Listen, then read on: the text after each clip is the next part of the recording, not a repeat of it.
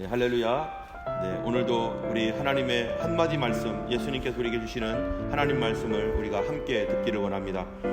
우리는 지난주에 또 지난주에 두 번에 걸쳐서 믿음에 관하여서 말씀을 했습니다. 지지난주에는 구원받을 믿음, 구원받는 믿음, 이것은 내가 만들어내는 믿음이 아니라 주님이 주시는 믿음이었습니다. 그 예로서 마르틴 루터라든지 웨슬리를 통해서 그가 정말로 하나님께서 주신 구원받는 믿음이 마음속에 들어오자마자 그들이 변화되어지고 새로워지고 내가 구원받았다, 내가 죄 용서함 받았다라고 하는 그런 확신과 감사가 그들 삶 가운데 넘쳐났고, 그렇게 그들이 구원받은 그런 하나님의 사람으로서 세상을 변화시키는 그 일로 계속해서 나갔습니다. 또 그 지난주에는 이제 거룩한 믿음, 성결한 믿음, 바로 이 믿음도 내가 능력이 있어서 내가 행해서 이것을 하는 데는 한계가 있다는 거예요. 거룩한 삶, 주님이 나를 구원하셨는데 이제 죄 없이 참으로 주님과 동행하고 주님과 가까이 하는 삶, 이거는 내 노력만으로는 부족하다는 것입니다. 내 노력도 있어야 되지만, 그러나 하나님이 부어주시는 하나님의 능력, 하나님의 은혜, 죄를 끊을 수 있는 능력은 주님께로부터 오는 것입니다. 바로 어거스틴의 이야기를 통해서 그의 인생이 어떻게 참으로 이 하나님 기뻐하지 않는 그 삶에서 돌아서서 정말로 위대한 성자와 같은 그런 위대한 사람이 되었는지 우리가 지난주에 이 말씀을 함께 나눴습니다. 자, 이제는요, 오늘 이 시대는 우리가 우리의 자신의 믿음을 이처럼 내가 구원받은 믿음이 있는가, 또 내가 정말 거룩한 믿음으로 세상에서 승리하고 싸워나갈 수 있는 그런 믿음을 받았는가, 다시 말하면 하나님의 전신갑주, 하나님이 주신 그 믿음으로 우리가 무장되어 있는가를 우리가 이 시간에 우리가 정말 점검해야 될 것이고, 이 시대를 보면서 우리가 점검해야 될 것입니다. 이 시대 정말로 코로나로 인해서 정말로 이전에 있지 않았던 전 세계적인 어려움과 또 전 세계적인 위기를 우리가 경험하고 있습니다. 여러 가지 세계적인 위기가 있는데요, 우리가 좀 경제적인 위기가 있죠. 이 코로나 때문에, 이 방역 때문에 영업장을 영업을 하지 못하고 내가 마음대로 사업을 할 수도 없는 그런 상황으로 많은 사람들이 참으로 경제적 위기를 겪고 있습니다. 그것으로 인해서 참으로 많은 사람들이 호주를 떠나기도 하고, 또 학업을 포기하기도 하고, 또 자기의 꿈을 접기도 하는 그런 경제적인 위기가 오늘날 지금 있습니다. 법적이고 정치적인 위기도 있습니다. 이러한 그 코로나로 인해서 이전에 있지 않았던 법이 생기고 있죠. 우리가 어디까지 가지 못하게 만드는 거주 이전의 자유가 있었는데 이 자유가 사라져 버렸어요. 또 우리가 여러 가지 이러한 그 정치적인 어떠한 것들로 인해서 이제 이전에 없었던 자유가 침해당하는 것을 당연히 여겨야 되고, 또 이런 것들로 인해서 통제당하는 그러한 이 사회, 그것이 법적으로 마련되어지고 있는 이런 이상한, 정말로 이전에 있지 않았던 그런 사회가 우리 눈앞에 지금 다가왔고, 이것이 쉽게 사라지지 않을 것입니다. 또 위생적인 위기도 있습니다. 건강의 위기, 정말로 이 전염병이요, 많은 사람들을 어렵게 만들고, 이로 인하여서 수많은 사람들이 정말 이 병으로 인해 죽은 사람도 있고, 또 병을 모면하겠다고 병에서부터 이제 보호받겠다고 백신을 맞았다가 그것으로 어려움을 당하는 사람도 있고, 이렇게도 저렇게도 여러 가지 어려움 가운데 이걸 어떻게 해야 될지 모르는 고민하는 사람들도 있고, 참으로 이 건강의 위기, 오늘날 이렇게 의학이 발달했고 많은 사람들이 이렇게 여러 가지 질병과 싸워왔지만, 또 새로운 전염병, 새로운 병들이 계속해서 일어나고 있는 이러한 위기 속에서 사람들은 불안해하고 있습니다. 또 거짓말의 위기도 있습니다. 이 거짓말로 이러한 그 상황 속에서 또 정치인은 정치인대로, 어떤 이익을 갖고 있는 사람은 이익 집단대로 자기들이 진실을 말하지 아니하고 거기에 거짓을 더해서 사람들을 더 통제하거나 사람들로 하여금 더 억압을 받게 하거나 하는 이 거짓말도 수없이 난무하고 있고, 언론과 미디어 이런 것들을 통해서, 정치인들을 통해서 또 수많은 거짓말들이 우리도 모르는 사이에 이곳저곳에서 들려오고, 그것으로 우리가 더 어렵고 더 헷갈리고 누구의 말을 믿어야 될지 모르는 이런 상황 속에 있습니다. 뿐만 아니라 더 중요한 위기는 영적 위기입니다. 교회가 오랫동안 예배를 드리지 못하고 있는 상황입니다. 교회가 통제를 당하고 있어요. 시드니는 정말로 지금 예배를 드리지 못하고 같이 모여서 예배할 수 없는 그런 상황이 되었습니다. 이러한 일들이 참으로 이 역사상 있지 않았는데, 이런 일로 인해서 사람들이 통제되어지고 예배를 드릴 수 없는 이런 상황 속에서 전 세계에 있는 많은 교회들이 동일한 어려움을 겪으면서 예배에 다 참여하지 못하고 이로 인해서 온라인 예배를 드림으로 사람들의 마음이 식어지고 있고 믿음에서 떠나가고 있고 어떤 사람들이 이럴 때 더 하나님 앞에 엎드려서 더 나오는 사람들도 있지만 그러나 많은 사람들이 뒤로 물러나가면서 교회의 모임들이 약해지고 믿음이 약해지는데 이것은 다른 어떤 위기보다 더 강력한 위기이고 이 땅의 마지막 때의 어떤 징조로서의 아주 큰 위험인 것입니다. 왜 그럴까요? 바로 이 교회가 무너지고 깨지는 것은 하나님의 놀라우신 은혜와 사랑과 하나님의 축복에 공급되는 그 통로가 막히는 것이죠. 여러분 성경 에베소서 1장 23절을 보면은요. 에베소서 1장 23절에 이렇게 말합니다. 한번 에베소서 1장 23절을 읽어주시겠습니다. 교회는 그의 몸이니 만물 안에서 만물을 충만하게 하시는 이의 충만함이니라. 네, 교회는 뭐라고 했냐면은 세상의 축복의 통로라는 거예요. 만물 안에서 만물을 충만케 하신 자의 충만, 교회를 통해서 하나님의 충만함이 흘러 들어오는 것입니다. 교회는 세상의 바로 이 축복이에요. 이것은 마치 이스라엘의 아브라함에게 하나님께서 그를 세상의 축복의 통로로 삼았던 것과 마찬가지입니다. 우리 한번 창세기 말씀 읽어주시겠습니다. 내가 너로 큰 민족을 이루고 내게 복을 주어 내 이름을 창대하게 하리니 너는 복이 될지라. 너를 축복하는 자에게는 내가 복을 내리고 너를 저주하는 자에게는 내가 저주하리니 땅의 모든 족속이 너로 말미암아 복을 얻을 것이라 하신지라. 여기 있는 말씀처럼 바로 하나님께서 구약의 아브라함을 택하여서 복의 근원이 되고 복이 되게 하시고 그 민족을 통해서 이 땅을 축복하려고 하나님께서 그들을 축복의 통로로 삼았다는 겁니다. 출애굽기에 보면요, 그 민족들에 대해서 이렇게 말합니다.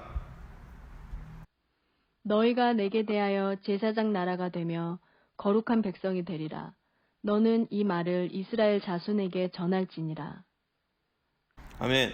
이스라엘 백성들에게 뭐라고 했다고요? 제사장 나라가 되고 거룩한 백성이 될 것이다. 제사장 나라가 뭡니까? 하나님과 또 우리 사이를 연결해주는 사람이 제사장인데 이스라엘 백성들이 하나님과 믿지 않은 이방인들을 연결해주는 제사장 나라. 그렇기 때문에 그들은 거룩해야 되는 것이죠. 그들의 거룩함과 제사장으로서의 직분을 통해서 이 땅에 복을 주시고자 하나님께서 그렇게 작정하셨다는 것입니다. 그런데 이것과 같이 구약의 이스라엘처럼 오늘날 신약의 교회는요, 동일한 은혜를 받았습니다. 베드로전서 2장 9절입니다. 그러나 너희는 택하신 족속이요 왕 같은 제사장들이요 거룩한 나라요 그의 소유가 된 백성이니 이는 너희를 어두운 데서 불러내어 그의 기이한 빛에 들어가게 하신 이의 아름다운 덕을 선포하게 하려. 아멘. 이것이 바로 출애굽기에 있는 말씀과 동일하죠. 출애굽기에는 뭐라고 되어 있었습니까? 너희는 내게 대하여 제사장 나라가 되고 또 거룩한 백성이 될 것이다. 이스라엘 백성들에게 얘기했는데 신약에서는요, 우리 교회에게 너희가 바로 택하신 족속이요 왕 같은 제사장이요 거룩한 나라요 그의 소유된 백성이 되게 하겠다. 동일한 복이 있습니다. 구약에서는 하나님께서 이스라엘을 통해서 세상에 복을 주려 하셨고요, 신약에서는 하나님의 교회를 통하여 하나님께서 주시고자 하시는 신령한 은혜와 복을 우리에게 주려고 했습니다. 그 하나님께서 주려고 했던 하나님의 축복이 도대체 뭡니까? 바로 마태복음 28장 19, 20절에 있습니다. 그러므로 너희는 가서 모든 민족을 제자로 삼아 아버지와 아들과 성령의 이름으로 세례를 베풀고 내가 너희에게 분부한 모든 것을 가르쳐 지키게 하라. 볼지어다 내가 세상 끝날까지 너희와 항상 함께 있으리라 하시니라. 아멘. 여기 말씀에 보면은요, 뭐라고 했냐면은 내가 너희에게 분부한 모든 것을 가르쳐 지키게 하라. 내가 너희에게 분부한 게 뭡니까? 분부한 것이 바로 복음입니다. 예수 그리스도의 복음. 예수 그리스도의 복음을 온 세상 끝날까지, 세상 끝까지 나아가서 가르치고 지키게 하라. 그러기 위해서 내가 너희와 항상 함께 있을 것이다. 복음을 전하는 사람들, 복음을 전하는 곳에 주님이 우리와 함께 하시고 그 복음이 전파되어지도록 주님께서 역사하시고 이적과 표적을 만들어내시는 것이 하나님의 역사입니다. 그런데 이 복음은 어떠한 일을 하는가? 로마서 1장 16, 17절 말씀입니다. 내가 복음을 부끄러워하지 아니하노니 이 복음은 모든 믿는 자에게 구원을 주시는 하나님의 능력이 됨이라. 먼저는 유대인에게요 그리고 헬라인에게로다.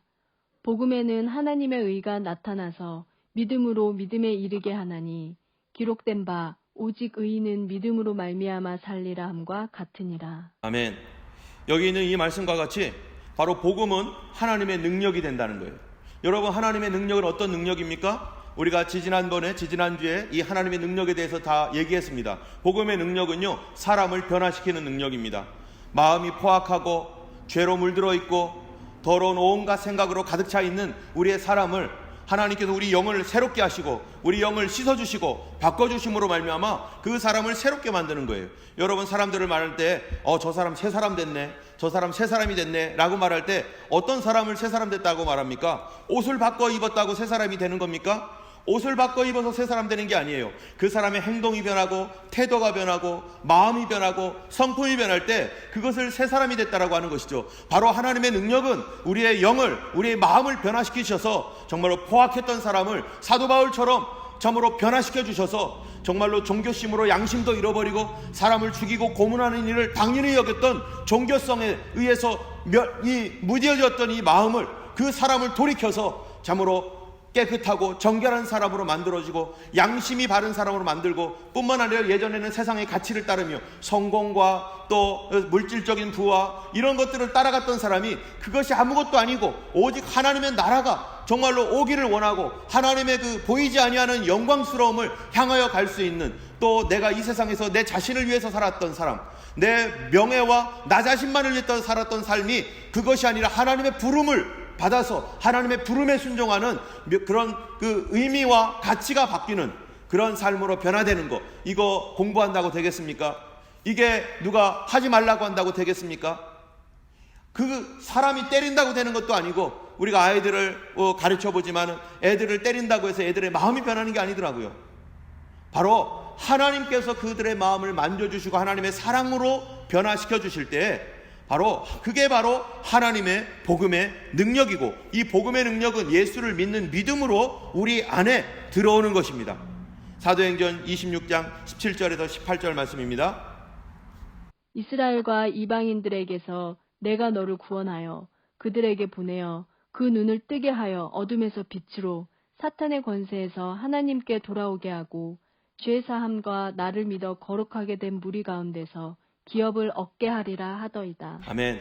바로 복음의 능력이 뭡니까? 예전에는 마귀의 자식이었다는 거예요. 어둠 속에 있었다는 거예요. 우리가 하나님도 알지 못하고 천국과 지옥도 모르고 하나님이 누구인지에 대하여 관심도 없었던 그 사람, 그냥 이 세상에서 그냥 사는 대로 살고 그냥 욕심대로 내 마음대로 살았던 사람, 바로 어둠에서 빛으로, 그것이 바로 우리가 알지 못하고 살아왔기 때문에 그렇게 살았다는 것이죠. 그래서 어두움에서 빛으로, 사단의 권세에서, 악한 권세에서 하나님께로 돌아와서 바로 죄사함과 믿어서 거룩하게 되는 그러한 사람으로 변화시키는 것이 바로 성령의 능력이고, 이러한 복음의 역사가 바로 하나님의 능력으로 나타나게 되는 것입니다. 이러한 그 복음의 통로가 어디입니까? 바로 교회인 것입니다. 바로 교회가 하나님의 축복의 통로이고, 여러분이 교회가 막혀버리면요, 교회들이 믿음이 변질되어지고 교회들이 정말로 이 타락되어지고 하나님께서 주시고자 하시는 모든 은혜와 충만함이, 이 만물의 충만함이 교회를 통하여서 세상에 흘러갈 텐데, 그 하나님의 축복이 정말로 더 이상 흘러갈 수 없는 막혀버린 곳이 되고 교회가 그렇게 타락해버리면요, 이 세상은 여전히 어두울 것이고 여전히 악한 것들로 이 세상에 정말로 죄가 번성하게 될 것입니다. 여러분, 성경에 보면요, 하나님께서 교회를 통해서 주시고자 하시는 것이 있어요. 이 야고보서 1장 17절 말씀, 로마서 14장 17절입니다. 온갖 좋은 은사와 온전한 선물이 다 위로부터 빛들의 아버지께로부터 내려오나니 그는 변함도 없으시고 훼손하는 그림자도 없으시니라. 하나님의 나라는 먹는 것과 마시는 것이 아니요 오직 성령 안에 있는 의와 평강과 희락이라. 아멘.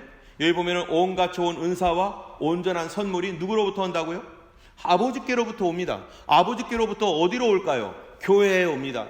교회에 모여서 성도들이 참으로 그 하나님의 은혜와 은사를 받고 정말로 병을 고치고 그 삶이 새로워지고 하는 이런 모든 것들이 교회에 온다는 거예요. 그러면 교회에 왔으면 이 교회에 온 성도들을 통해서 뭐가 됩니까? 그것이 세상으로 번져나가는 것입니다. 교회가 거룩하고 깨끗하여지면요, 그 주변에 있는 세상이 밝고 깨끗해지고 거룩해지게 돼 있고, 교회가 더러워지면은 그 모든 것들이 막혀버리는 것이죠. 로마서에 있는 말씀도 바로 교회를 통해서 하나님 주시고자 하는 것이 뭐냐면은 성령 안에서 의와 평강과 희락입니다.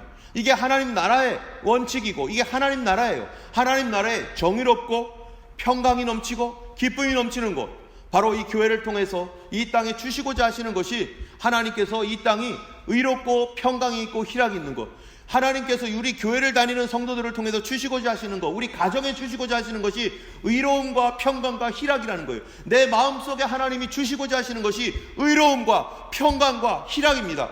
여러분, 이 땅에 의로움이 없어서 얼마나 고통받습니까? 우리가 의롭지 못한 일들을 볼 때 얼마나 분노하며 얼마나 괴로워합니까? 그런데 하나님은 이 의를 어디를 통해 주시느냐? 바로 사람들의 어떤 채찍을 통해 주시는 것이 아니라 교회를 통해서 사람들을 의롭게 만들고 의로운 심령이 되어서 이 땅을 그렇게 의롭게 변화시키신다는 것이에요. 여러분, 이 땅에 평강이 없습니다. 여러분, 평안함이 없으면 뭐가 옵니까? 두려움이 옵니다. 걱정이 옵니다. 염려가 옵니다. 평안함이 없기 때문에 괴로움이 옵니다. 이런 것들로 인하여 사람들이 이 평강을 잃어버렸어요. 또 이 희락이라, 하나님께서 주시는 희락, 기쁨, 우리 마음속에요, 기쁨이 없어요. 그런데 하나님은요, 영원한 기쁨, 하나님께로부터 오는 이런 기쁨을 하나님께서 우리에게 보내주신다는 것입니다. 그런데요, 교회가 예배를 드리지 못하고 교회가 믿음이 약화되면 어떻게 되겠다는 거예요? 하나님의 귀한 선물과 은혜가 교회를 통해서 세상에 나가야 되는데 나가지 못하는 거예요. 여러분, 지금 여기에 이 교회에 보면은요, 전기가 들어오고 있습니다. 전기가 들어오니까 화나죠. 전기가 들어오니까 화난데, 만약에 전기가 들어오지 않으면요, 전선에 문제가 생겨가지고 어디가 끊어졌다든지 어디가 문제가 생겼다면은, 그럼 전기가 제대로 안 들어오고 희미해지고 하면은요, 이 공간이 어두워질 것입니다. 여러분, 우리가 수도 매일매일 물을 먹는데요, 수도 파이프가 있습니다. 이 수도 파이프에서 정말로 저쪽 근원지에서 좋은 물들이, 깨끗한 물들이 흘러 들어와야 되는데 수도 파이프가요, 더러운 물질로 오염돼 버렸어요. 그러면은 이 오염된 이 파이프로 인해서 사람들이 잘못된 이 물을 먹음으로 말미암아 배가 아프고, 어떤 사람은 이거를 평생 먹음으로 말미암아 어떤 질병에 걸리고, 하나님께서 주시는 축복의 통로가 바로 교회이고, 그 하나님께서 이러한 그 교회를 통해서 하나님의 놀라우신 은혜를 공급해 주는데, 바로 영적 위기라는 것이 뭡니까? 교회가 하나님의 축복과 은혜를 받아서 세상에 전달해 줄 수 있는 그런 역할을 상실하는 것이, 바로 이게 영적인 위기인 것입니다. 때문에 이런 어둠을 통해서 사단은요, 오늘도 보이지 않게 세상을 어둡게 만들고, 우리가 법을 통해서 보면은 법이 너무나 잘못된 법들이 있습니다. 이런 법들을 통해서 정말로 의로운 사람들, 정말 이 선을 구하는 사람들이 고통을 받고 괴로움을 받는 경우가 얼마나 많습니까?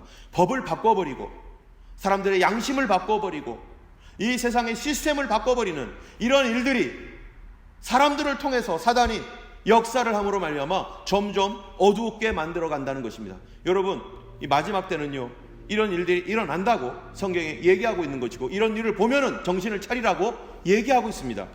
그 때가 지금 전 세계적인 위기와 이런 일들이 일어나고 있는 이 시기를 우리가 지금 보고 있는 것이죠.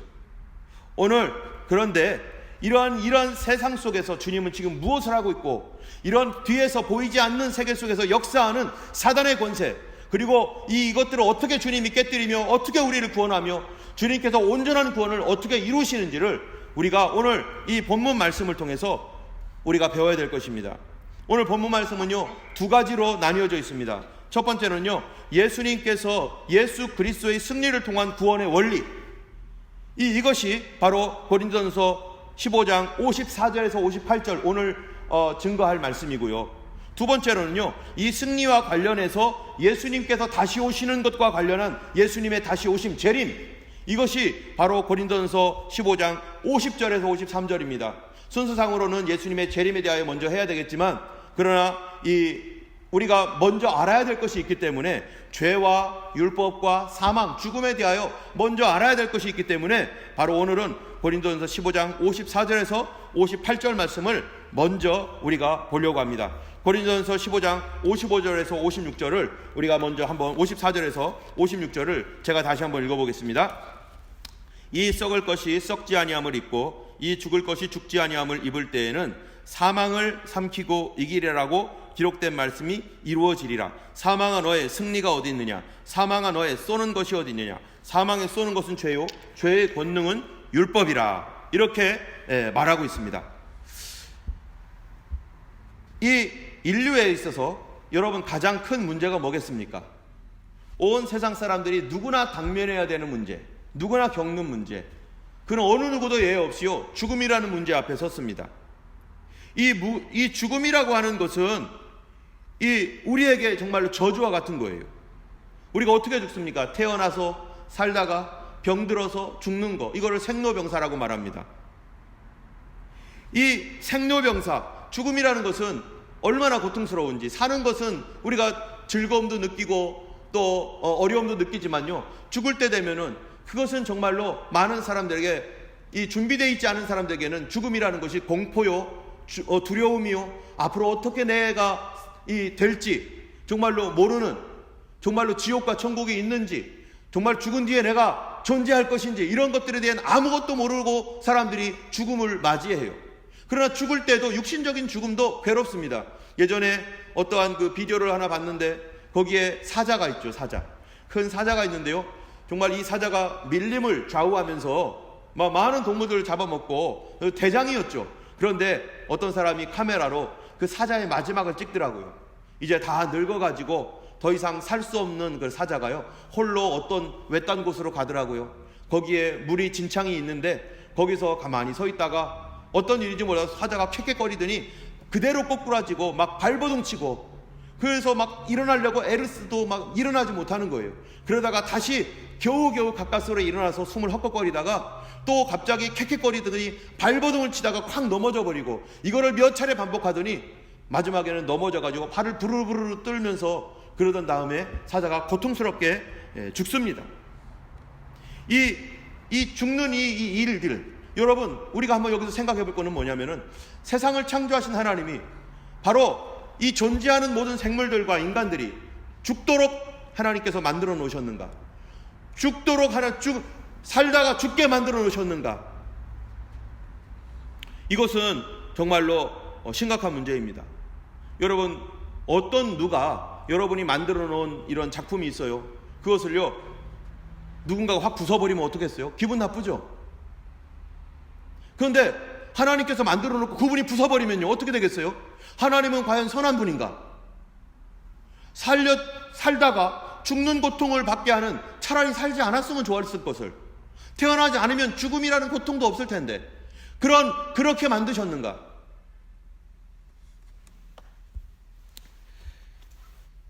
여러분, 우리가 괴로운 것 중에 하나가 뭐냐면은, 우리 부모님이 아이를 낳습니다. 아이를 낳았는데요, 이 부모님은요 이 아이와 어떻게 되기를 원하면 영원히 같이 살고 싶어 해요. 이 아이가 죽는 모습을 보고 싶어 하는 부모님은 아무도 없습니다. 내가 낳은 아기, 내가 결혼을 해서 사랑하는 사람과 함께 결혼해서 그 사이에서 낳은 이 아이 얼마나 귀엽고 이쁩니까? 이 아이와 영원토록 같이 살고 싶어요. 그것이 부모의 마음입니다. 하나님께서 그분의 형상을 닮아서 그분의 모습으로 이 땅에 보낸, 이 땅에 창조하신 이 사람을, 아담을 몇백 달 살다가 죽게 만들으셨을까? 하나님의 형상을 담고 하나님을 똑 닮은 사람으로 만드셨는데, 그런데 그 사람을 죽게 만들으셨는가? 여러분, 성경에서 뭐라고 말합니까? 결코 그렇지 않다고 합니다. 하나님의 영광을 영원토록 즐거워하며 그 하나님의 영광을 나타내는, 하나님을 닮은 존재로서 영원히 주님과 함께 살기를 하나님이 원하셨고, 그렇게 영원한 존재로 하나님이 만드셨다는 거예요. 그런데 우리가 현재 당면하고 있는 문제는 죽는다는 것입니다. 이 죽음이라는 것이 오늘 본문 말씀을 통하여 어떻게 사람이 죽게 되었는가? 사실 죽음이라는 것은 자연적인 것이 아닙니다. 이 세상에서는요 죽음이라는 것은 우리가 늘 경험해 왔기 때문에 그래, 살다가 죽는 건 자연스러운 거지. 그러나 하나님의 입장에서 보면요, 하나님의 창조의 원리에서 보면 죽는 것은 자연스러운 게 아니에요. 하나님은 우리를 죽으라고 만드신 게 아니기 때문에 죽는 것은 부자연스러운 것입니다. 늙는 것은 부자연스러운 것입니다. 사람이 약해지는 것은 부자연스러운 것입니다. 그런데 어찌하여 이 부자연스러운 하나님이 만들어 놓지도 않은 이것이 왜 들어왔는가? 바로 근본적인 원인이 오늘 본문에 보면은 이 54절 55절에 이렇게 말합니다. 이 썩을 것이 썩지 아니함을 입고 이 죽을 것이 죽지 아니함을 입을 때에는 사망을 삼키고 이기리라고 기록된 말씀이 이루어지리라. 여기 보니까 사망을 삼키고 이기리라. 이게 무슨 말입니까? 우리가 지금 사람들이 살고 있는데 이 죽음이라는 문제를 사람은 이길 수 없다는 거예요. 죽음의 문제 앞에서 우리는 어느 누구도 감히 이길 수 없습니다. 아무리 안 죽으려고 발부르든 해도 누구든지 다 죽게 되어 있다는 거예요. 그런데 이 썩을 것, 이 죽을 것, 이것이 우리에게 온 이유가 무엇 때문인가? 바로 56절입니다. 56절에 이렇게 말합니다. 사망이 쏘는 것은 죄요, 죄의 권능은 율법이라. 여러분, 사망에 쏘는 것이 뭐라고요? 죄라는 거예요. 죄의 권능은 율법이라. 이게 무슨 말입니까? 사망이요, 예를 들어서 사람에게 활을 쏘면 그 사람이 활을 맞으면 어떻게 됩니까? 사람이 죽죠. 마치 사망이라는 것, 여러분, 사망의 권세가 누가 사망의 권세자입니까? 이 마귀죠. 하나님으로부터 떨어져 나가가지고 영원토록 멸망받을 수밖에 없는 그 사단이 가지고 있는 게 바로 죽음이에요. 하나님은 생명이시지만 이 죽음이라고 하는 이 약한 영을 이 나중에는 하나님이 심판하실 겁니다. 그렇기 때문에 하나님이 사망을 심판할 때 사람들이 살아나게 돼 있어요. 사망은 더 이상 사람들을 묶을 수가 없기 때문에. 그런데 그 전까지는 이 사망이라는 것이 바로 이 하고 있는 일이 뭐냐? 사람들에게 죄를 집어던진다는 거예요. 죄를 쏘아버린다는 거예요. 여러분, 이 일이 어떤 일입니까? 우리가요, 살면서 먹지 말아야 될 음식이 많이 있습니다. 어린 아이들을 키울 때 부모님이 제일 먼저 해야 되는 게 먹을 거 먹지 말 거 구분하는 거 아니겠어요? 그래서 정말로 어떤 아이들은요, 이 막 흙도 주워 먹고, 심지어 어떤 애들은 막 자기 똥도 먹고, 예전에 누가 그랬다고 하더라고요. 아기가 있는데 누가 싸워놓은 똥을 지가 뭣도 모르게 이렇게 해서 입에다 발랐다고. 그런 일들도 있고요. 또 이 곤충이나 벌레 먹는 일도 있고. 그런데 문제는요, 그런 것들을 먹을 때 어떤 거는 절대로 먹으면 안 되는 게 있어요. 그거 먹으면 죽는 게 있습니다. 그런데 이 음식을 먹어버리면, 내가 몰랐건 알았건 간에 그 음식을 먹어버리면 내가 죽게 되어 있는 거죠. 건강했던 사람이 건강이 완전히 파괴되어 버리는 거죠. 한순간에 파괴됩니다. 여러분, 죄라는 게 뭔가? 하나님께서 우리를 영원히 하나님과 영원토록 누리며 하나님의 은혜 안에 살도록 했는데, 그러한 영혼으로 만들어주셨는데 그 영혼에 바로 죄가 들어와서 이 죄가 우리 영혼을 파괴함으로 말미암아 우리 육신에까지도 이 죽음이라는 것이 임했다는 것입니다. 여러분, 제가 예전에 있던 교회에 어떤 아이가 있었는데요, 이 아이가 예전에 좀 잘 못 걸었던 아이예요. 그런데 어떻게 해서 다시 고침을 받아가지고 다리로 잘 일어서서 걷게 되었었습니다. 그런데요, 이제 아이가 이제 막 걸어 다니다 보니까 이제 부모님이 기뻐가지고 그동안 잘 못 먹었던 거 아팠으니까 이것저것 막 먹였습니다. 근데 이 아이를요, 고구마를 먹였어요. 고구마를 먹였는데 이 고구마 먹고 이 아이가 다시 체했습니다. 체한 다음에 애가 다시 못 걷게 되더라고요. 저는 너무 희한해요. 아니, 고구마 먹고 체했는데 그 체한 것으로 인해서 아이가 다리를 못 쓰게 되고 못 걷게 되는 일이 생길 줄이야 생각을 했겠어요. 우리가 먹으면 안 되는 음식, 어떤 음식을 먹으면요, 우리 몸에 파괴가 일어나고 우리 위가 문제가 생기고 우리 다리에 문제가 생기고. 바로 사단은요, 우리 사람들에게 이 죽음이라는 것을 가져다주고 질병과 미움과 온갖 더러운 악한 것들을 사단이 가져다 줍니다. 바로 그래서 성경에서는요, 죄의 싹은 사망이다. 사망이라는 것이 지금 당장 죽는 것도 사망이지만 죽음으로 계속해서 몰려가는 것, 죽음과 같은 생활을 살아가는 것, 그것이 바로 사망이라는 거예요. 그런데 여러분, 이 죄의 싹은 사망이라고 했는데 죄는 누가 시작했습니까? 죄는 어디서부터 시작되었습니까? 바로 죽음으로부터 시작됐다는 거예요. 죽음에서. 여기 오늘 본문에 보니까 사망아, 너의 쏘는 것은, 사망이 쏘는 것은 죄요, 죄의 권능은 율법이라. 사망의 권세를 잡은 것이 악한 마귀인데, 이 사망, 죽음이라는 것이 사람에게 죄를 짓도록 죄 먹어, 이 죄 먹어봐. 여러분, 아담과 하와가 하나님의 온전한 사람으로 있었다가 바로 어느 날 뱀이 와가지고 이 아담의 하와에게 이 선악을 알게 하는 나무의 열매를 먹어라, 먹으면 네가 절대 안 죽는다, 먹으면 네가 하나님같이 된다, 이 말을 어떻게 했습니까? 받아들여 가지고요, 선악을 알게 하는 나무의 열매를 먹었습니다. 여러분, 선악을 알게 하는 나무의 열매 먹은 게 중요합니까? 그 열매가 무슨 일을 합니까? 그 열매는 그냥 열매일 뿐이에요. 그런데 하나님께서 먹으면 죽을 것이다 라고 했던 이 말을 믿지 아니하고 그 하나님 말씀을 불신하고 불순종한 것이 바로 그게 근본적인 죄입니다. 여러분, 사람에게 있어서 가장 근본적인 죄는 믿지 않는 마음이에요. 오늘날 우리 현대 사회 속에서 제일 문제가 뭡니까? 서로 간에 믿지 못하잖아요. 캄캄한 밤에 왔다 갔다 하다 보면요, 이 사람들이 저쪽에서 이 밤에 사람을 만나는 게 제일 위험해요. 저 사람이 무슨 생각을 가지고 있나? 저 사람이 어떻게 하려나? 저쪽 사람도 똑같이 생각해요. 나를 보면서 어두컴컴한 곳에서 나를 1대1로 만나면 저 사람이 어떻게 하려나? 이게 서로 못 믿어요. 서로 못 믿기 때문에 보증인도 세우고 이것도 저것도 하죠. 바로 하나님과 우리 사이에 사단이 들어와 가지고요, 믿음을 없애버렸어요. 믿지 못하게 만들었어요. 아담과 하와가 거짓말을 해서 아담과 하와가 또 서로를 비난해서 이렇게 이 세상이 타락한 게 아니라 바로 하나님을 믿지 않고 그 말씀을 어기고 불순종함으로 신뢰가 사라졌기 때문에. 여러분, 신뢰가 사라진 세상은요, 살기 어렵습니다. 가정 안에서 신뢰가 사라졌다고 해보세요.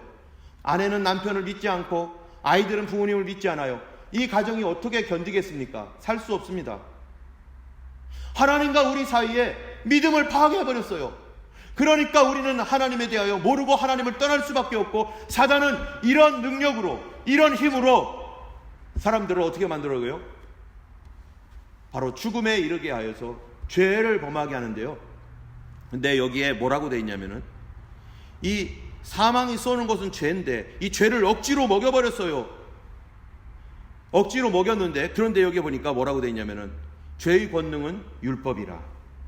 여러분, 사람이요, 죄를 먹은 뒤에 인간에게 나타난 현상이 이제 신뢰가 사라지게 됐을 뿐만 아니라, 그리고 그 삶에 죽음이 왔을 뿐만 아니라 더 무서운 거는 뭐냐면은 무감각해졌다는 겁니다.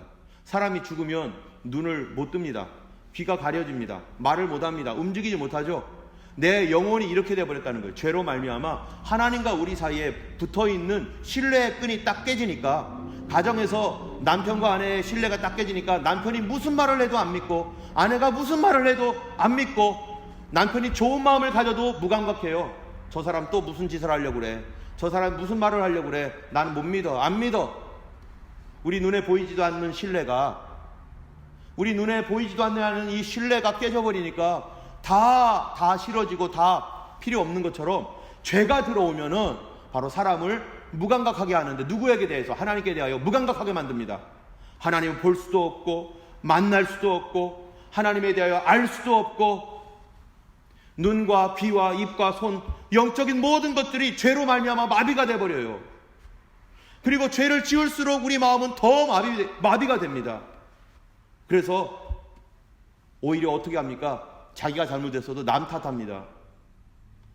요번에 어떤 범죄자를 보니까 사람들을 그렇게 고통받게 하고 죽이기까지 해놓고, 어떤 사람이 왜 그랬냐고 하니까 욕설을 하면서 발로 차고 나 잘못 없다고 말하고, 이게 어떻게 그런 마음이 생길 수가 있어요? 이 세상에 대한 모든 신뢰가 다 끊어져 버리고, 자기 자신에 대해서도 포기해버리고, 죄로 말미암아서 완전히 무감각해져 버리고, 우리가 세상적인 용어로 사이코패스 뭐 이런 얘기를 하잖아요. 그 마음이 무감각해져 버리는 거예요. 죄를 지을수록 더 마비가 됩니다. 특별히 죄는요, 영적인 모든 것을 마비시켜 버려요. 육신은 살아있지만 영적인 기능이 다 마비됩니다.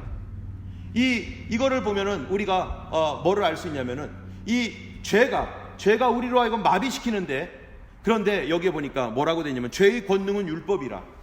율법이 뭐 하는 겁니까? 너 이거가 죄야, 너는 이게 죄다라고 하는 거를 보여주는 게 율법이에요. 그런데 죄의 능력이 바로 율법에 있다는 겁니다. 이게 무슨 말인가 하면요, 이런 거죠. 여러분, 이 성경에 보면요, 십계명이 있습니다.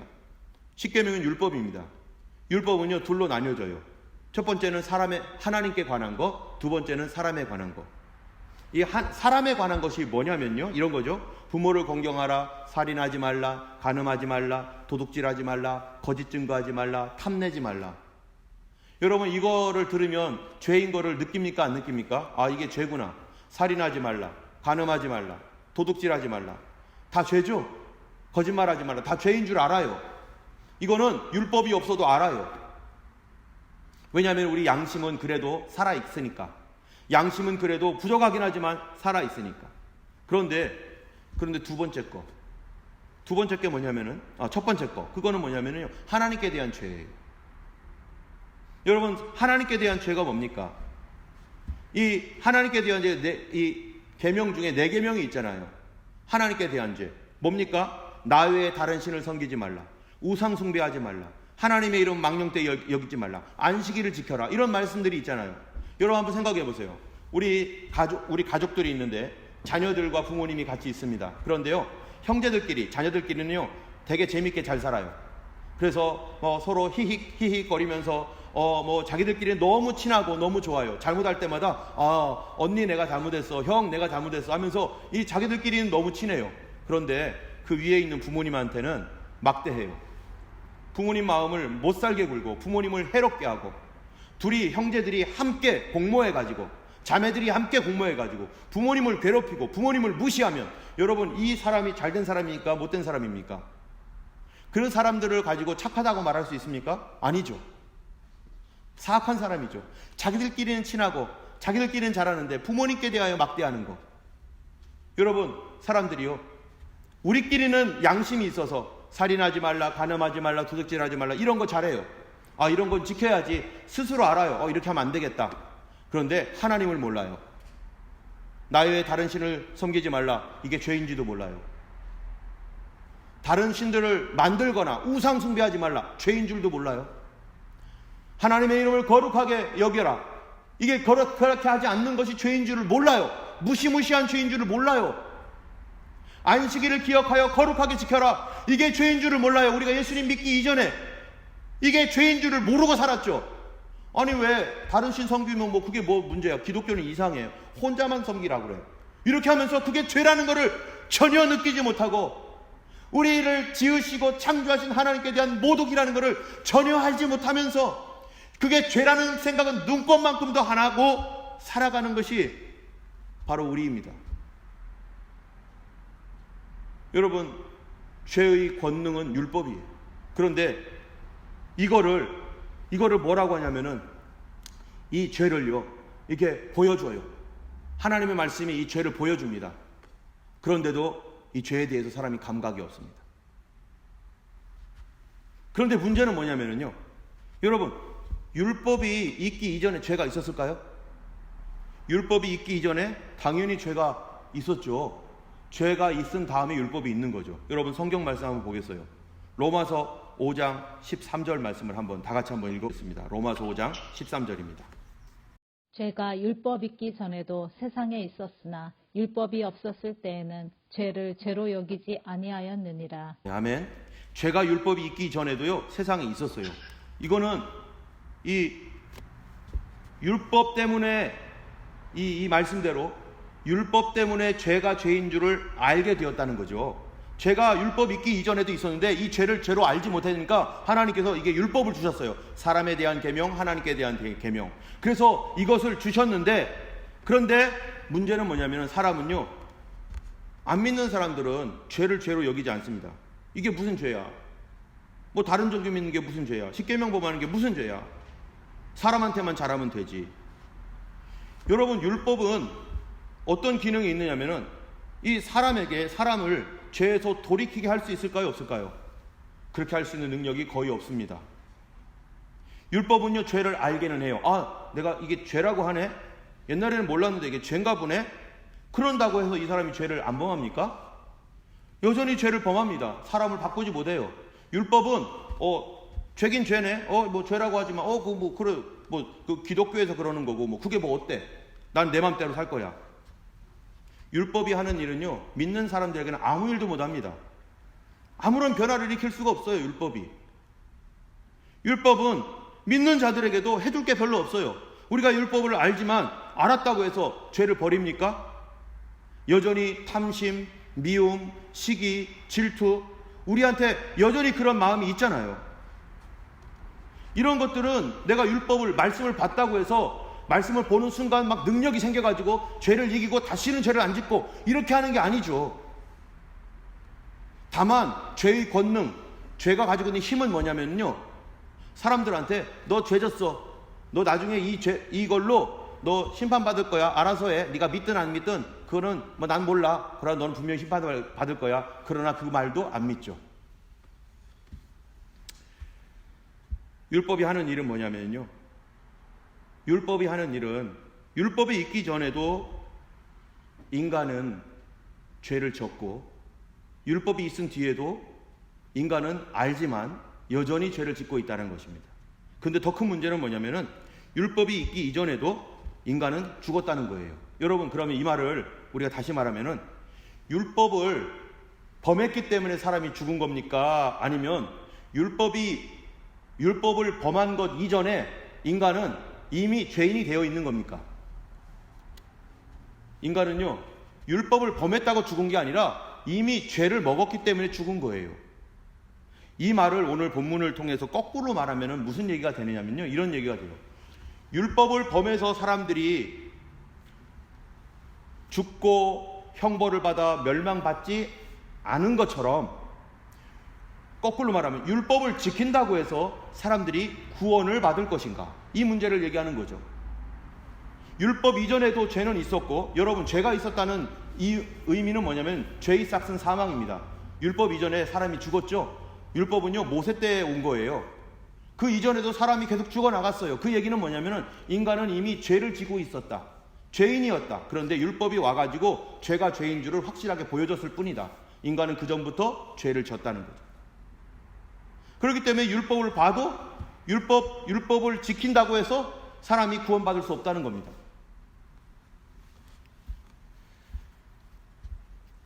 그래서 이 말씀은요, 우리가 율법을 통해서 구원받을 수 없다면 그럼 우리 보고 어떻게 하라는 말이냐?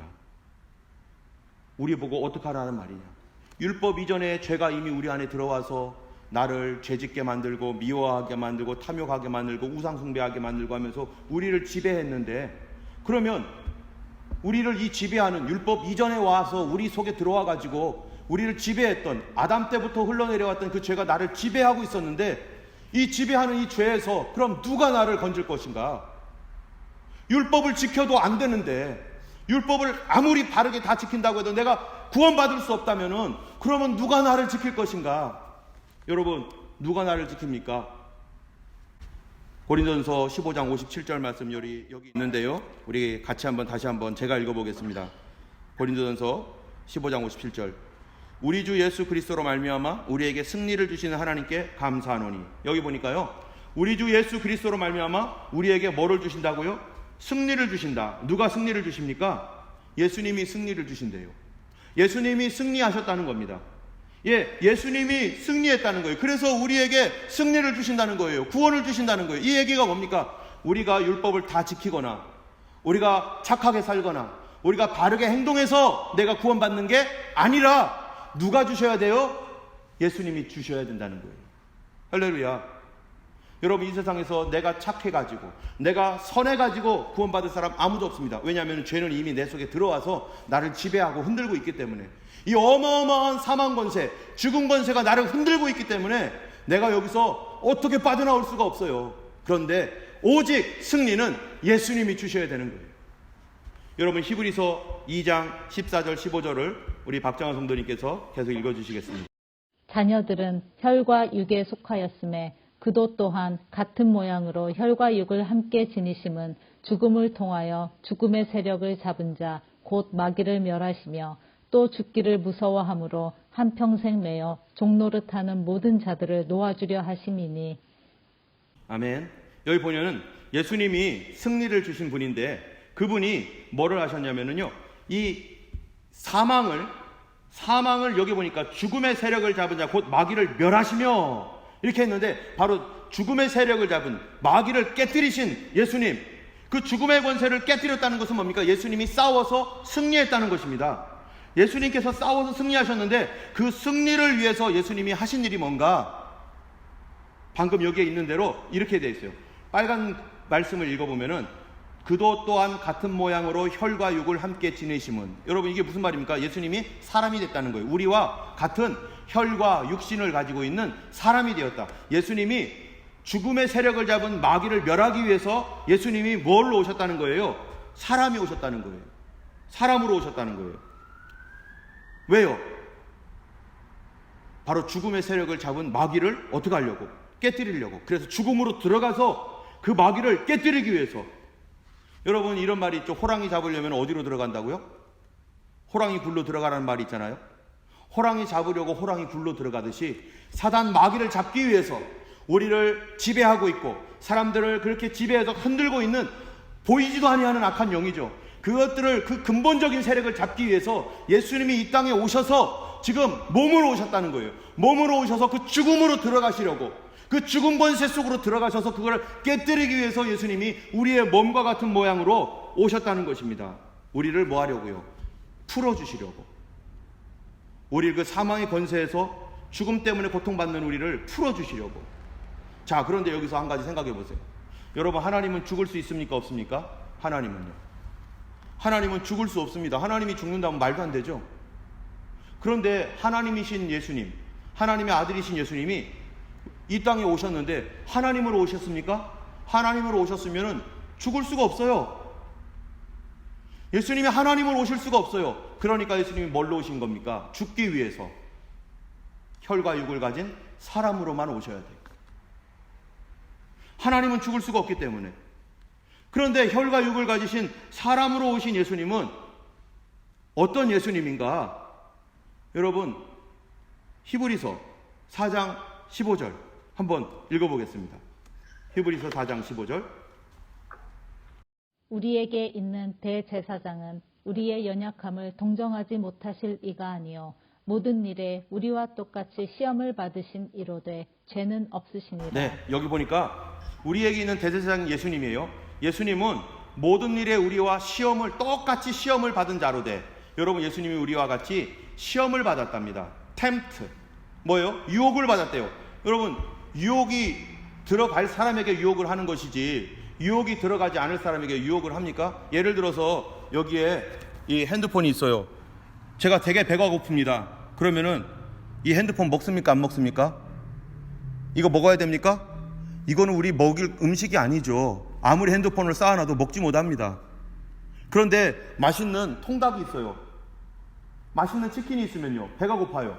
그럼 내 금식하는데 핸드폰 아무리 갖다 놓고 먹어 이래도 저는 전혀 유혹받지 않습니다. 그런데 통닭 갖다 놓고 막 냄새 풍기면서 먹어 하면은 저거 먹고 싶은데 이러죠. 바로 예수님께서 유혹을 받을 수 있는 존재였다는 거예요. 하나님의 모든 것들을 내려놓고 사람이 되셨는데 유혹을 받을 수 있는 몸으로 오셨는데 그런데 죄는 없으시다. 이게 무슨 말입니까? 여러분, 예수님이요 오실 때 누구와 같이 오신 것인가? 그것은 바로 아담과 같이 오신 겁니다. 여러분, 아담은 처음 태어났을 때 아담이 죄가 있게 태어났습니까? 죄 없이 태어났습니까? 아담은 죄 없는 상태에서 태어났습니다. 그런데 아담이 죄 없는 상태에서 자유의지를 가지고 자유롭게 자기가 선택할 수 있는 그런 상태에서 태어났어요. 그러다가 유혹이 오니까 아담이 하나님의 말씀보다는 뱀의 말을 듣고 마귀의 말을 듣고 그 죄를 먹어버렸어요. 그는 완전한 자유 속에서 죄를 선택해버렸어요. 우리는 노예의지죠. 우리 여러분 잘 아시겠죠, 이제. 우리는 죄를 지을 수밖에 없는 그 형태로 오염된 상태로 살아가고 있지만 아담은 그렇지 않았다는 거예요. 그는 죄를 선택할 수도 있고 정말로 하나님 말씀을 선택할 수도 있었는데 그는 그때 죄를 선택해버렸어요. 그런데 예수님도 아담과 같이 오셨다는 겁니다. 예수님도 죄 없이 오셨습니다. 그렇죠? 예수님도 죄 없이 오셨는데 아담은 죄를 지음으로 말미암아 아담 이후에 우리 모두는 아담과 같은 죄인이 되고 죄가 우리를 지배하고 그래서 죄에 의하여 우리가 죽고 율법을 봐도 안 되고 이런 상태로 되었는데 이제 예수님이 또 다른 아담으로 오신 거예요. 그래서 예수님이 그분을 믿고 의지하는 사람 구원하기 위해서 또 다른 아담으로 오셨어요. 여러분, 성경 말씀 보면은 이거는 여러분이 찾아보세요.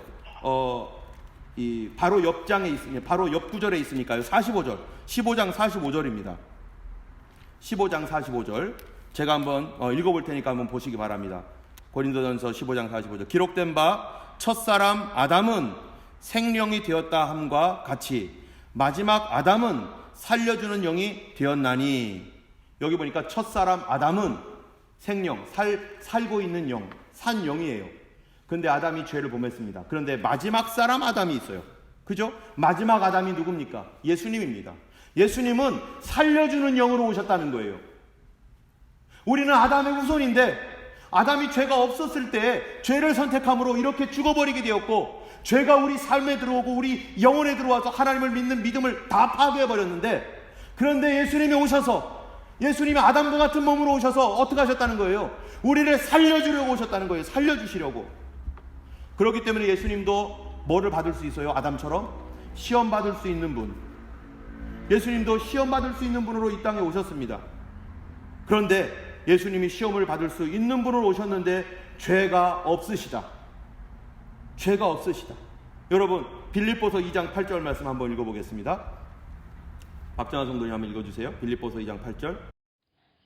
사람의 모양으로 나타나사 자기를 낮추시고 죽기까지 복종하셨으니 곧 십자가에 죽으심이라. 네, 여기 보니까 예수님이 사람의 모양으로 오셨죠. 그리고 자기를 낮췄죠. 아담과 같이 그냥 오하셨죠. 죄는 없는 상태로 오셨어요. 그런데 계속 유혹을 받습니다. 그런데요, 이 유혹을 받을 때 예수님이 뭐 때문에 오셨다고요? 우리를 살려주려고 오셨다는 거예요. 우리를 살리기 위해서 예수님이 어디를 들어가야 되냐면은 죽음 속으로 들어가야 되는 거예요.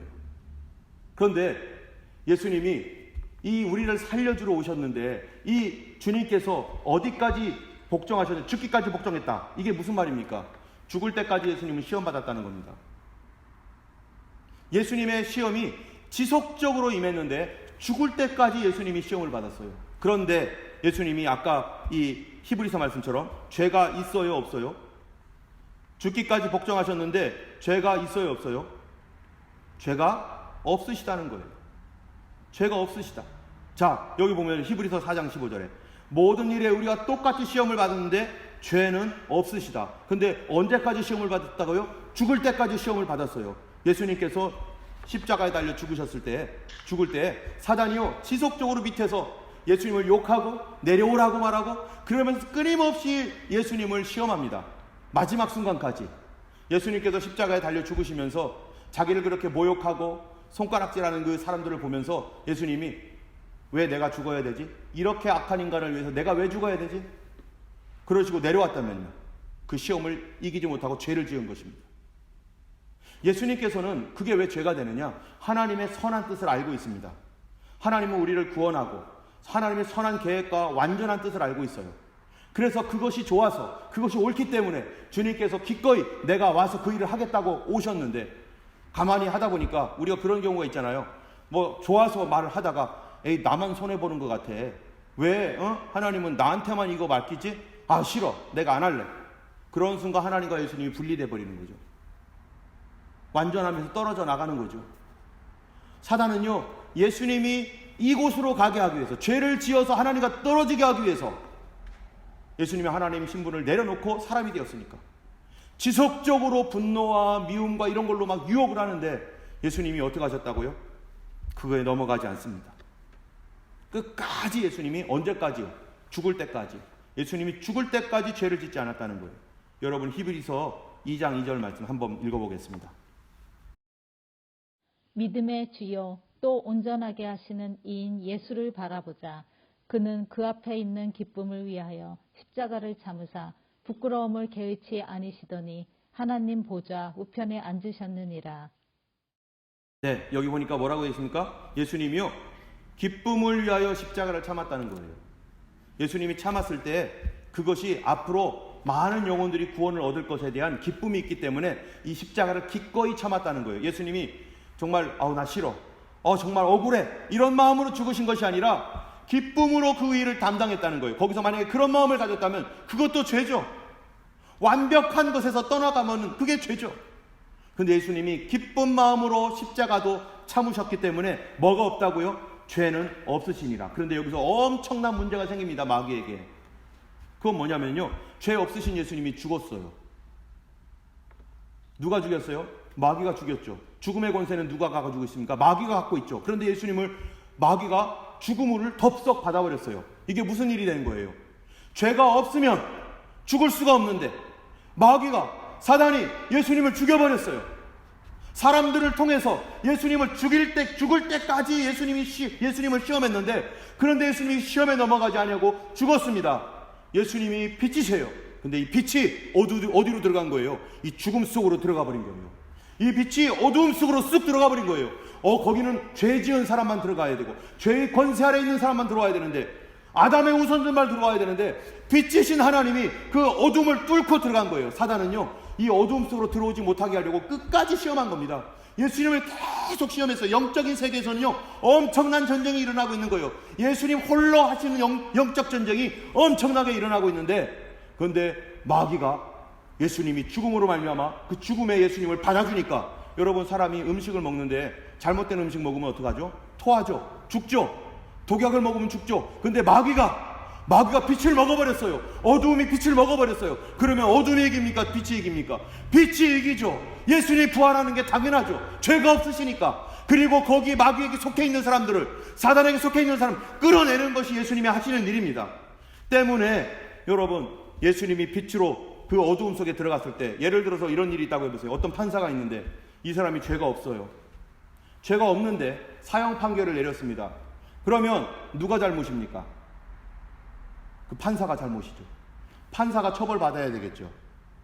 죄가 없는 사람을 없는 줄 알면서도 유혹을 해가지고 죄를 만들게 하고, 그래서 죄를 짓게 하려다가 결국 죄를 짓지 못했는데, 죄를 짓지 않았는데 죽여버렸어요. 그래도 아니야, 이거는 죽어야 돼 하고 판결을 내려버렸어요.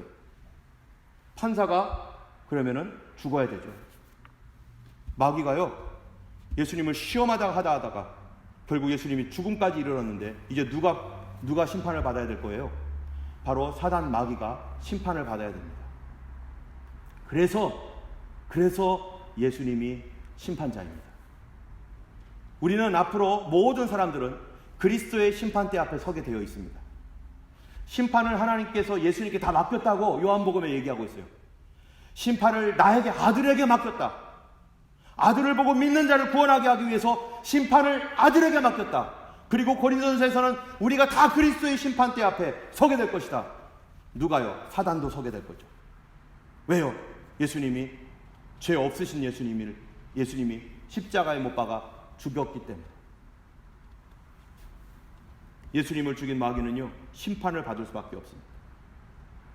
여러분, 첫사람 아담은 패배했지만 두 번째 아담 예수님은 승리했습니다. 첫사람 아담의 패배로 우리는 죄의 노예가 되었지만, 그러나 죄 중에서 출생하다가 죄 때문에 죽다가, 그리고 아담의 범죄로 온 인류가 죄악 가운데 살고 죄 때문에 죽지만, 그러나 두 번째 아담 예수님의 승리는 어떻게 됩니까?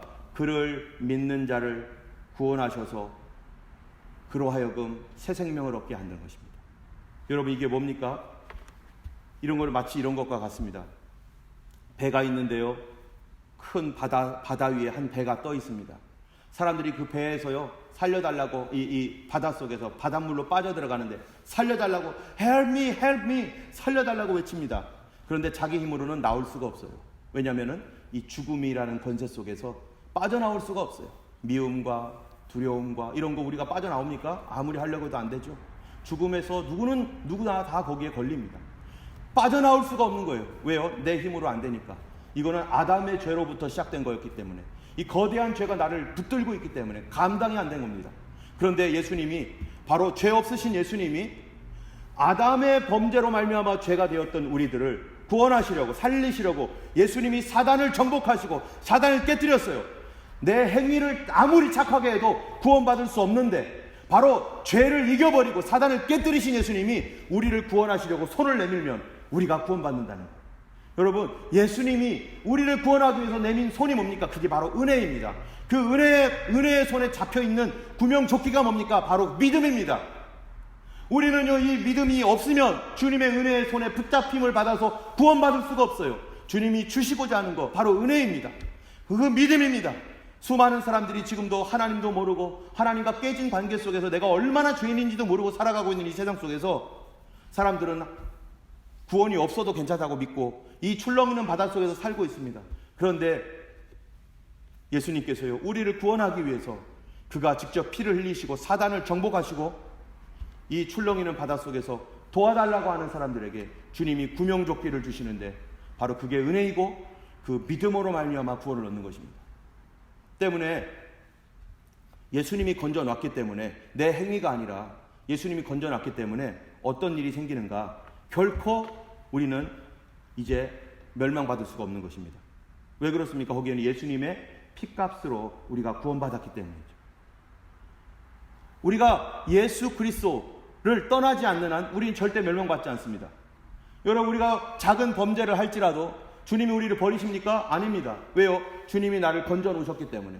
그래서 이 죽을 수밖에 없는 바닷속에서 주님이 끌어올리셔서 나를 건져 놓으셨기 때문에 거듭나고 새 생명을 받고 새 사람 된 사람들은, 거듭난 사람들은 절대 멸망받을 수가 없어요. 어디 안에 있으면? 예수님 안에 있으면, 예수님의 구원의 배 아래에 있으면 누구든지 멸망받을 수 없습니다. 딱 멸망을 받을 수밖에 없는 한 가지 이유가 있어요. 그 이유가 뭔지 아세요? 히브리서 6장 4절에서 6절 말씀, 그리고 히브리서 10장 26절 27절 말씀을 한번 읽어주시겠습니다. 한 번 빛을 받고 하늘의 은사를 맛보고 성령에 참여한 바 되고 하나님의 선한 말씀과 내세의 능력을 맛보고도 타락한 자들은 다시 새롭게 하여 회개하게 할 수 없나니 이는 그들이 하나님의 아들을 다시 십자가에 못 박아 드러내놓고 욕되게 함이라. 네, 그 다음 말씀이요.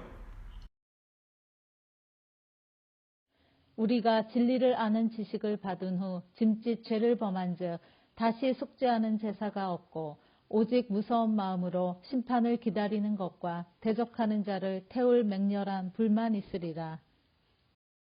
네, 여기 보니까 뭐라고 되어 있냐면은 하늘의 은사를 맛보고 타락한 사람 다시는 새롭게 할 수 없다. 하나님의 아들을 십자가에 못 박아 두 번째 십자가에 못 박아 놓고 드러내기 때문이다. 이게 무슨 말입니까? 예수님을 떠난 사람들은 그렇게 구원을 받고 거듭났어도 예수 믿음을 떠나버린 사람들은 이제는 다시는 회개케 할 수 없다는 거예요. 또 진리를 아는 지식을 받고 짐짓 일부러 죄를 범했어요. 이 죄가 무슨 죄입니까? 예수 안 믿는 죄입니다. 여러분, 아까 그랬죠? 하나님과 우리 사이에 신뢰가 있었는데 신뢰가 깨져버리니까 이것 때문에 이 모든 것이 왔어요. 예수님께서 다시 하나님과 우리 사이를 믿음으로 연결시켜 주었어요. 근데 이 연결고리인 또 믿음을 끊어버렸어요. 이 죄가 믿지 않는 죄입니다. 예수님을 떠나버린 죄예요. 그러면 어떻게 된다고요? 심판을 기다리는 것과 대적하는 자를 태울 맹렬한 불만이 있으리라. 다시는 기회가 없습니다. 이 얘기는 우리가 예수 그리스도를 떠나지 않는 한, 거듭난 성도들이 예수님을 떠나지 않는 한 그 영혼은 안전하다는 겁니다. 우리의 죄 연약함으로 넘어졌을지라도 예수님만 떠나지 않으면 우리는 안전하다는 거예요. 그런데 예수님을 떠나지 않는 한 우리가 안전한데, 그런데 죄는, 그래도 우리가 죄를 짓잖아요. 죄는 우리가 예수님을 붙들 수 있는 힘을 상실하게 만듭니다. 그래서 죄를 짓지 말아야 되는 거예요. 주님 곁에 꼭 붙들고 있어야 되는데 이 죄는요, 점점점 그 손을 내려놓게 만들어요. 죄가 지어지면 예수님 붙들 힘이 없게 되고 그 배에서 뛰어내리려고 한답니다. 때문에 우리가 이 땅에 살면서 성결하게 살아야 될 이유, 우리가 주님 말씀대로 거듭난 사람들이 살아야 될 이유는요, 바로 예수 그리스도와 강하게 믿음으로 붙들려 있어야 되기 때문에 우리가 이곳에서 정말로 거룩함과 온전함을 이루는 깨끗한 삶을 살아야 되는 것이죠.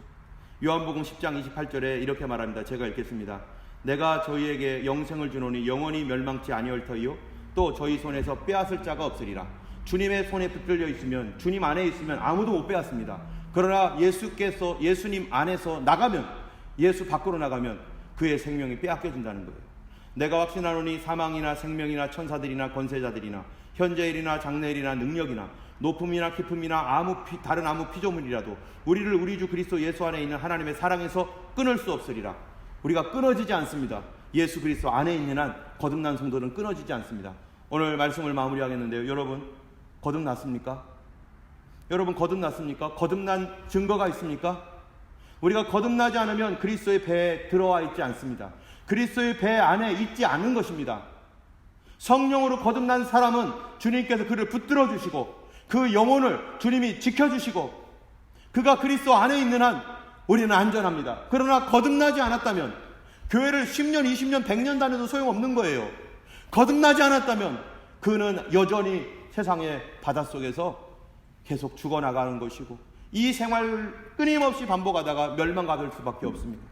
예수님께서 왜 죽으셨습니까? 우리를 거듭나게 하시려고 죽었어요. 오늘 우리 삶 가운데 두 가지를 기억해야 됩니다. 거듭나지 않은 사람이 있다면 주님 나에게 그 은혜의 믿음을 부어주시옵소서. 은혜의 그 구명조끼인 그 믿음을 은혜로 나에게 믿음을 주시옵소서. 하나님 앞에 기도해야 될 것이고요. 거듭난 성도라면 주님 내가 범죄하지 아니하며 주님을 붙들고 있는 붙들미 강력하게 될 수 있도록 나를 성결하게 해주시고 죄를 이길 수 있는 능력을 부어주시도록 우리가 기도해야 될 것입니다. 다음 주에 우리가 이제 이것과 관련하여 예수님의 재림에 관하여 얘기할 것입니다. 우리가 마지막 때 예수의 오실 길을 우리가 준비하고 우리가 기다리고 있습니다. 이때 우리의 믿음이 나는 과연 거듭났는지 다시 점검하시고 우리 주님 앞에서 믿음으로 살아가는 여러분 되기를 주님의 이름으로 축원합니다. 우리 기도하겠습니다. 우리 함께 기도할 때 하나님 내가 거듭나지 않았다면 주님 성령으로 거듭나게 해주시고 또 거듭난 성도라면 다시 죄를 이길 수 있는 강력한 능력을 주시옵소서. 교회 오래 다닌 거 소용없사오니 주님 나를 거듭나게 하옵소서. 우리 함께 기도하겠습니다. 자비하신 하나님 아버지 감사드립니다. 아버지 하나님 우리 모두 아버지 하나님 우리가 하나님 세상의 바닷속에 아버지 거듭나지 않은 상태로 그냥 살고 있는 아버지 하나님 거룩하신 하나님 아버지 죄의 권세 아래서 멸망받을 수밖에 없는 우리들 하나님과 신뢰가 다 깨져버림으로 말미암아 하나님이여 참으로 아무것도 건질 수 없는 하나님 이런 상태에 있던 우리들을 예수님의 핏값으로 그분의 죽으심으로 하나님 사망 권세를 이기고 나를 건지셨습니다. 주여 하나님 그러므로 우리가 하나님의 자녀가 되었고 아버지께 기도할 수 있게 하고 무엇이든지 구하라 내가 줄 것이다 라고 약속했던 그 약속이 우리 자녀들에게 있는 것을 감사를 드립니다. 아버지 원하옵기는 우리 가족도 가운데 우리들 가운데 아직 성령으로 거듭나지 않은 사람이 있다면 예수 안에서 그 신뢰 믿음이 하나님과의 관계가 회복되어지게 하여 주옵소서. 아버지 예수 그리스도를 믿는 믿음을 통하여서 하나님이여 하나님과의 신뢰 안으로 믿음 안으로 다시 들어와서 하나님 백성 되게 하여 주시옵소서.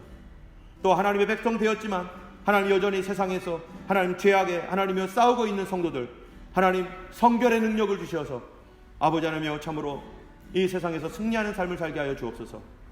아버지 한 주간 동안 우리 성도들 한 사람 한 사람 아버지 주님의 은혜로 보호해 주시고 주여 하나님이여 거듭나게 되는 놀라운 역사들이 우리 가운데 계속해서 일어나게 하여 주시옵소서. 아버지께서 하나님 날마다 주님이 주시는 기쁨과 의와 평강과 희락이 하나님이여 참 우리 안에서 이루어지고 교회에서 이루어지고 가정에서 이루어지기를 간절히 원합니다. 이제는 우리 주 예수 그리스도의 놀라우신 은혜와 하나님 아버지의 크신 사랑과 성령님의 감화 감동 위로 인도 교통하시니 주님 앞에 거듭남을 간절히 구하는 모든 성도들과 성결의 은혜를 간절히 구하며 주님 오실 길을 예비하고 준비하는 모든 성도들 머리 위에 이제로부터 영원토록 함께 하시기를 간절히 축원하옵나이다.